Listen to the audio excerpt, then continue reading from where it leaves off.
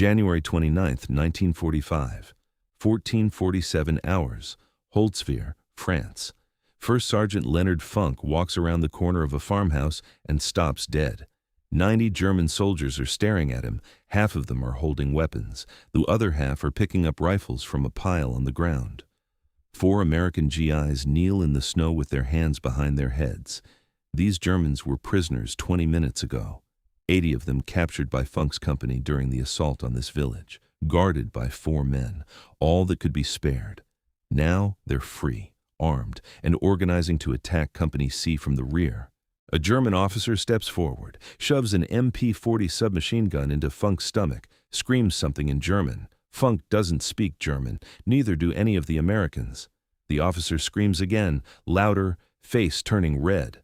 Funk looks at the 90 Germans, looks at his 4 disarmed soldiers, looks at the MP-40 pressed against his gut, and starts laughing. The German officer's face twists with confusion, then rage. He screams louder. Funk laughs harder.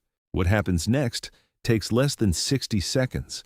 21 Germans will die. The rest will throw down their weapons and surrender, and Leonard Funk will earn the Medal of Honor for one of the most insane acts of combat in World War II, all because he couldn't stop laughing. This is the story of the 5'5" paratrooper who refused to surrender when outnumbered 90-1. How he laughed in the face of death and turned the tables with a Thompson submachine gun. How he became the most decorated paratrooper of World War II, and how he went back to being a clerk after saving dozens of American lives through an act of combat that still defies belief. Leonard Alfred Funk, Jr. was born August 27, 1916, in Braddock Township, Pennsylvania. A steel town, smokestacks and foundries lining the Monongahela River, 8 miles east of Pittsburgh. Braddock was built on steel.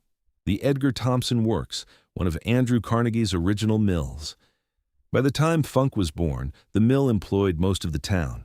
Funk's father worked there. Long shifts, hard labor, the kind of work that ages men fast. Leonard grew up in that world. Modest house, working-class neighborhood, nothing extra. But enough. He attended Braddock High School. Average student. Not particularly athletic. Not particularly standout in any way. Just another kid from a steel town in western Pennsylvania. But Funk learned responsibility early. His mother died when he was young. His father worked constantly. Leonard took care of his younger brother, cooked meals, made sure they got to school, did what needed doing. The Great Depression hit when Funk was 13. The steel mills cut production. Men lost jobs. The entire town contracted economically. Funk graduated high school in 1934, 18 years old, no money for college. Jobs were scarce. He found work as a store clerk, retail, minimum wage, better than nothing.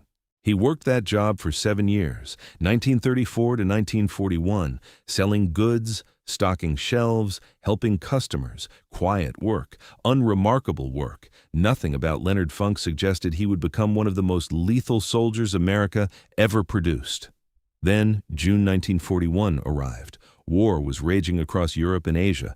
France had fallen, Britain was being bombed, the Soviet Union was being invaded, Japan controlled most of China. The United States wasn't in the war yet, but Congress extended the draft anyway, preparing, building the military. Funk's number came up. He reported to the induction center at Wilkinsburg, Pennsylvania on a Tuesday morning, 24 years old, 5'5", 140 pounds. The Army physical examiner looked at him and probably thought clerk duty, administrative work, supply depot, something safe. They were wrong. Funk volunteered for the paratroopers. In 1941, American airborne forces barely existed. The concept was new, experimental, jumping out of perfectly good aircraft to land behind enemy lines and fight surrounded. It sounded like suicide to most soldiers.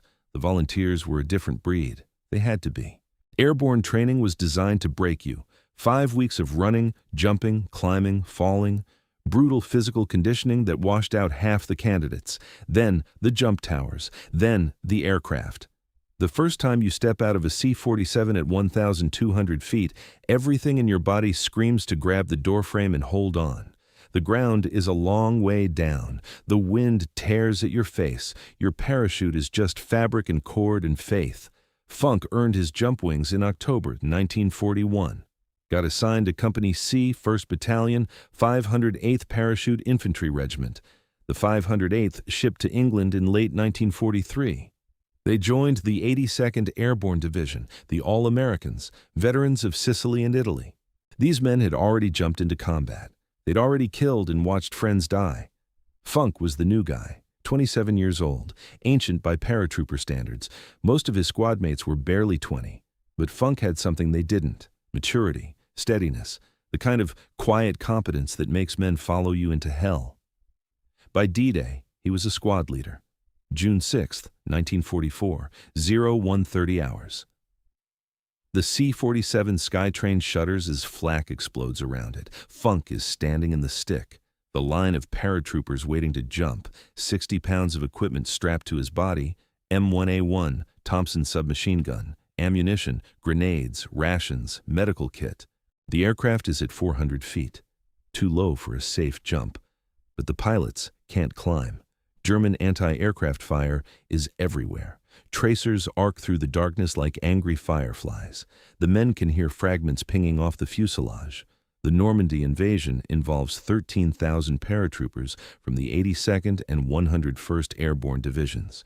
They're supposed to land behind the beaches, secure bridges and crossroads, prevent German reinforcements from reaching the coast. Nothing goes according to plan. The green light comes on. Funk jumps. The prop blast hits him like a truck. Then the chute deploys and the world goes quiet. Below him, France, occupied France, enemy territory in every direction. The D-Day airborne operation is chaos from the first minute. German anti-aircraft fire has scattered the formations across 50 miles of French countryside. Paratroopers are landing in flooded fields and drowning under the weight of their equipment. Others come down in the middle of German camps and die before they can cut free of their harnesses. Funk lands hard. His ankle twists on impact, badly sprained, maybe fractured. The pain is immediate and intense. Every step will be agony for the next 2 weeks. But he can walk, he can fight, and that's all that matters. He gathers his chute, buries it, and starts moving. He's 40 miles from his drop zone, 40 miles of German-held territory, in the dark, alone. Within hours, he's collected a group of lost paratroopers, men from different units, different companies, different regiments, 18 of them eventually, all of them looking for leadership. Funk gives it to them. For 10 days, Funk leads this group through German-held territory, traveling at night, hiding by day, fighting when they have to. He insists on serving as lead scout despite his injured ankle, putting himself in the most dangerous position to protect his men. They link up with Allied forces on June 17th. Every single man survives, not one casualty.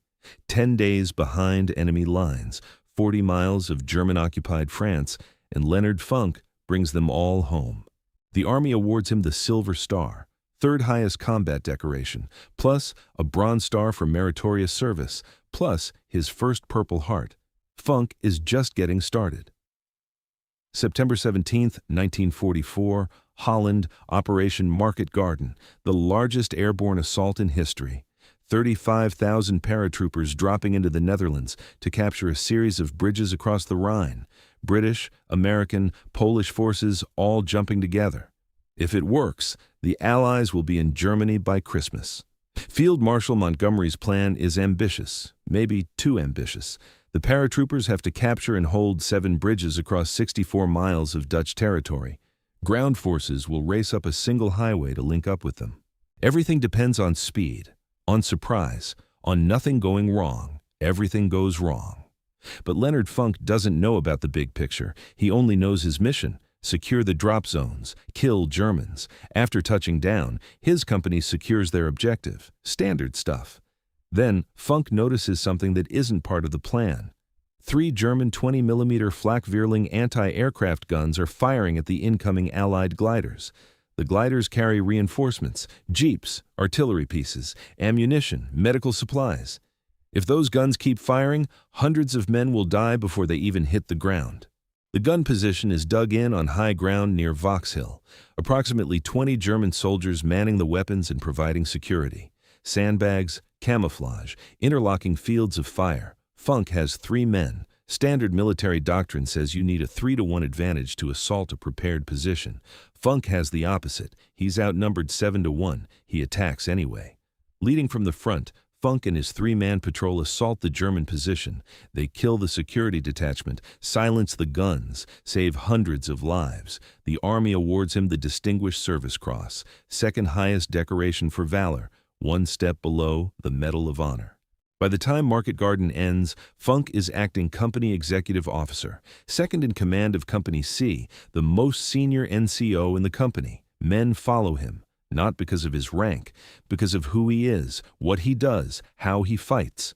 December 1944, the Battle of the Bulge, Hitler's last great offensive in the West, over 200,000 German troops smashing through the Ardennes forest, trying to split the Allied armies, capture Antwerp, turn the tide of the war. The 82nd Airborne deploys to Belgium as part of the emergency response. Their paratroopers being used as regular infantry. No jumps, no gliders, just trucks to the front and orders to hold the line. Company C fights through Belgium in January 1945. Brutal winter combat, temperatures below zero, snow and ice. The Germans are desperate, fanatical. They're losing the war, and they know it. That makes them more dangerous, not less. On January 29, 1945, Company C assaults the village of Holtzwihr in Alsace, France. The village sits near the German border, strategic location. The Germans don't want to give it up. The fighting is house to house, room to room, close-range combat with grenades and submachine guns. By early afternoon, Company C has cleared most of the village. They've captured 80 German soldiers, POWs, prisoners of war. Standard procedure is to disarm them, search them, send them to the rear under guard. But Company C is still fighting. They don't have men to spare. They assign 4 soldiers to guard the 80 prisoners in a barn on the edge of the village. 4 guards for 80 Germans. The math is bad, but there's no alternative. Every other man is needed on the line. Funk is making his rounds, checking positions, making sure his men have ammunition, making sure the wounded are being evacuated. He walks around the corner of a farmhouse at 14:47 hours and finds himself face to face with 90 German soldiers. The 80 prisoners plus 10 more who had been hiding in the village. They've overpowered the 4 guards, rearmed themselves, and they're organizing to counterattack Company C from the rear. A German officer sees Funk, shouts something, runs forward, shoves an MP-40 submachine gun into Funk's stomach. The officer is screaming in German. Funk doesn't understand the words, but the meaning is clear: surrender or die. Funk looks at the situation. 90 armed Germans, 4 of his men on their knees, hands behind their heads, the MP-40 pressed into his gut. Any rational person would surrender. The odds are impossible. There's no backup, no support, no way to win. Funk starts laughing. Not a nervous laugh, not a scared laugh. A genuine, full-throated laugh, like someone just told the funniest joke he'd ever heard. The German officer's face goes from confident to confused to furious in about 2 seconds. He screams louder, jabs the gun harder into Funk's stomach. Funk laughs harder. Years later, people would ask him why he laughed. His answer was simple. It struck me as funny. 90 Germans and they think I'm going to surrender? That's the dumbest thing I ever heard. But there was more to it than that. Funk knew about Malmedy, about the 84 American prisoners machine-gunned in a field by the SS on December 17, 1944. About what happened to POWs when the Germans decided not to follow the rules. He wasn't going to surrender, not to these soldiers, not in this war, not ever. So he laughed. And while the German officer was confused, while all 90 Germans were trying to figure out what was wrong with this crazy American, Funk made his move. He starts to unsling his Thompson submachine gun, moving slowly, like he's complying with the order to surrender, like he's going to hand over his weapon. The German officer watches, suspicious but allowing it, thinking he's won. Thinking this American is giving up, Funk's hands move to the Thompson. The weapon is hanging from his shoulder on a canvas strap. He grabs it with both hands. Then, with one fluid motion, he swings the muzzle up, directly into the German officer's face, and pulls the trigger. The Thompson M1A1 fires .45 ACP rounds, 11mm bullets, heavy, slow. At close range, each round hits like a sledgehammer. The Thompson has a cyclic rate of 600 to 700 rounds per minute. That's 10 to 12 rounds per second. It empties a 30-round magazine in less than 3 seconds. At point-blank range, the effect is catastrophic. The first burst catches the German officer in the chest, 30 rounds in less than 3 seconds. The officer is dead before he hits the ground. Funk doesn't stop, can't stop. The moment he started shooting, he committed to killing everyone or dying himself. There's no middle ground. He pivots, still firing. The Thompson sprays an arc of lead across the German soldiers nearest to him. Men scream, men fall. Blood sprays across the snow. Brass casings tumble through the air, steaming in the cold. The magazine runs dry. 30 rounds gone in seconds. This is the critical moment. A Thompson takes 2 seconds to reload if you're practiced. 2 seconds is forever in a firefight. 2 seconds is enough time for 90 Germans to kill 1 American. Funk yanks the empty magazine out, slams a fresh one in, racks the bolt, and keeps shooting. The whole sequence takes less than a heartbeat. Muscle memory. Thousands of hours of training compressed into one fluid motion. At the same time, he's screaming at his men. Pick up their weapons! Pick up their weapons! The 4 guards, still on their knees, scramble for the rifles the dead Germans have dropped. Seconds ago they were prisoners. Now they're fighting for their lives. The Germans are in chaos. Their officer is dead. The American who was laughing is now killing them. Nobody gave orders for this. Nobody knows what to do. Some of them shoot back. Bullets crack past Funk's head. 1 round kills the soldier standing beside him. Funk keeps firing, moving, killing. His guards have weapons now. They're shooting too. The Germans are caught in a crossfire they never expected. 60 seconds. That's all it takes. 21 German soldiers lie dead in the snow. 24 more are wounded. The rest, more than 40, have thrown down their weapons and raised their hands. The prisoners are prisoners again. Leonard Funk stands in the middle of the carnage, smoke rising from his Thompson, surrounded by bodies. That, he says to his men, was the stupidest thing I've ever seen. The aftermath is almost anticlimactic. Company C secures Holtzwihr. The captured Germans, the survivors anyway, are marched to the rear under much heavier guard this time. Funk reports the incident to his commanding officer. Just another firefight, just another day in the war. But the story spreads through the regiment, through the division, through the entire 82nd Airborne. The sergeant who laughed at 90 Germans and killed 21 of them with a Tommy gun. When the Medal of Honor recommendation reaches Washington, nobody questions it. What Funk did at Holtzwihr is beyond dispute. Outnumbered 90 to 1, enemy weapon in his gut, and instead of surrendering, he attacked. The official citation reads, "He was ordered to surrender by a German officer who pushed a machine pistol into his stomach." Although overwhelmingly outnumbered and facing almost certain death, First Sergeant Funk, pretending to comply with the order, began slowly to unsling his submachine gun from his shoulder, and then, with lightning motion, brought the muzzle into line and riddled the German officer. He turned upon the other Germans, firing and shouting to the other Americans to seize the enemy's weapons.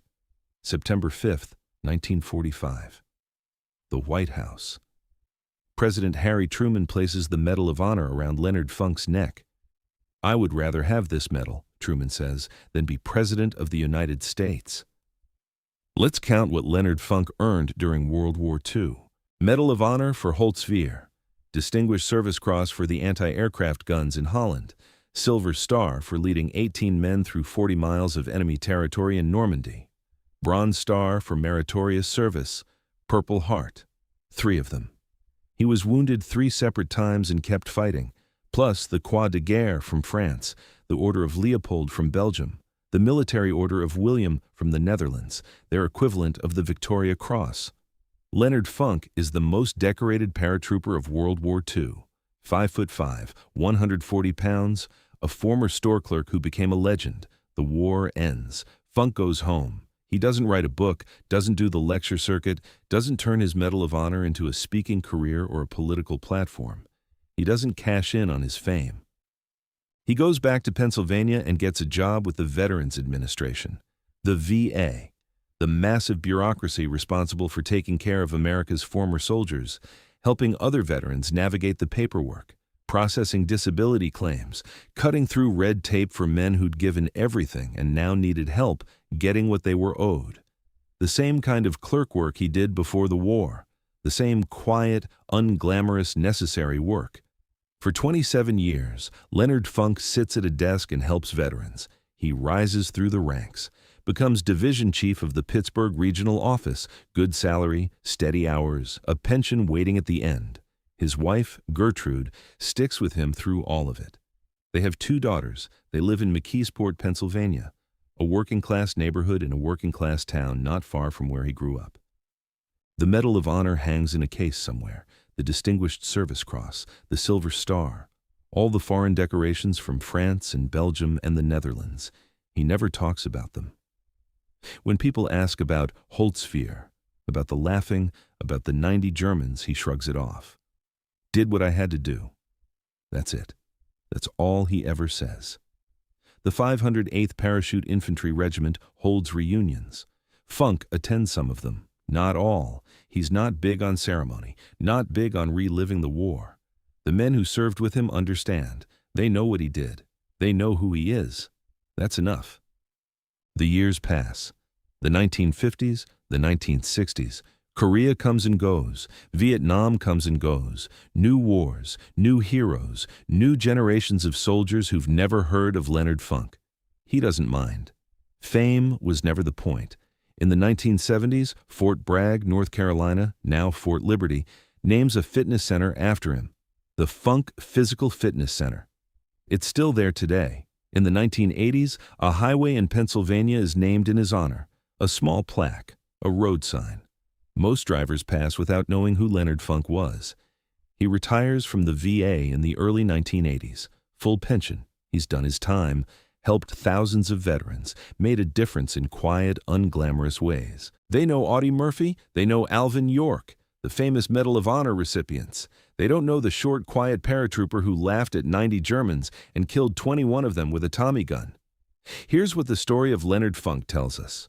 War doesn't favor the big. It doesn't favor the strong. It doesn't favor the reckless or the fearless. War favors the ones who keep thinking when everyone else has stopped. At Holtzwihr, Leonard Funk had every reason to surrender. The math was impossible. 90 against 1, a gun in his stomach, his men already captured. Any rational person would have given up. He and Gertrude settle into retirement. Quiet life, family, grandchildren, the normal things that normal people do. Except Leonard Funk was never normal. November 20th, 1992, Braddock Hills, Pennsylvania. Leonard Alfred Funk Jr. dies of cancer. He's 76 years old. They bury him at Arlington National Cemetery, Section 35, grave 23,734, among the heroes of every American war. At the time of his death, he's the last surviving Medal of Honor recipient from the 82nd Airborne Division in World War II. A fitness center at Fort Liberty is named after him. A highway in Pennsylvania bears his name. A post office in McKeesport was dedicated to him in 2023, but most people have never heard of Leonard Funk. But Funk wasn't thinking about the math. He was thinking about Malmedy, about 84 Americans murdered in a field, about what the Germans did to prisoners. And he was thinking about his men, the 4 guards on their knees, the soldiers scattered across the village who would be hit from behind if these Germans escaped. So he laughed, maybe as a tactic, maybe from stress, maybe because the whole thing struck him as absurd, and while the German officer was confused, while everyone was off balance. Leonard Funk made his move. 60 seconds later, he was standing in a field of bodies, alive when he should have been dead. There's a quote often attributed to President Truman about the Medal of Honor. "I would rather have this medal than be President of the United States." He said it to Leonard Funk. September 5th, 1945, the White House Rose Garden. Think about that. The most powerful man in the world, the man who had just ended World War II, the man who would reshape the entire global order. Looking at a 5'5" former store clerk from Pennsylvania and saying, "I'd rather be you." Because what Truman understood, what everyone who reads the Medal of Honor citations understands, is that courage isn't about size or strength or training. Courage is what you do when there's a gun in your stomach and 90 men want you dead. Leonard Funk could have surrendered, should have surrendered by any rational calculation. Instead, he laughed and killed 21 Germans in 45 seconds. That's the story. That's the legacy. That's Leonard Funk, a clerk who became a paratrooper who became a legend who went back to being a clerk because the work mattered more than the recognition. The 508th Parachute Infantry Regiment still exists. They're based at Fort Liberty. They deploy to war zones around the world. Every soldier in that regiment knows the story of First Sergeant Funk, the man who laughed at death and killed his way out of an impossible situation. Says you're going to die, you laugh. And says you're going to die, you laugh. And you fight anyway. That's the legacy Leonard Funk left behind. Not the medals, not the citations, not the recognition that came decades later. The legacy is simpler than that. When death came for Leonard Funk with 90 Germans and a gun in his stomach, he laughed and killed 21 of them before they figured out what was happening. That's courage. That's the 82nd Airborne. That's what paratroopers do. They jump into impossible situations and make them possible through sheer force of will. Leonard Funk did it better than almost anyone, and then went home and never talked about it. Because heroes don't need to talk. Their actions speak loud enough.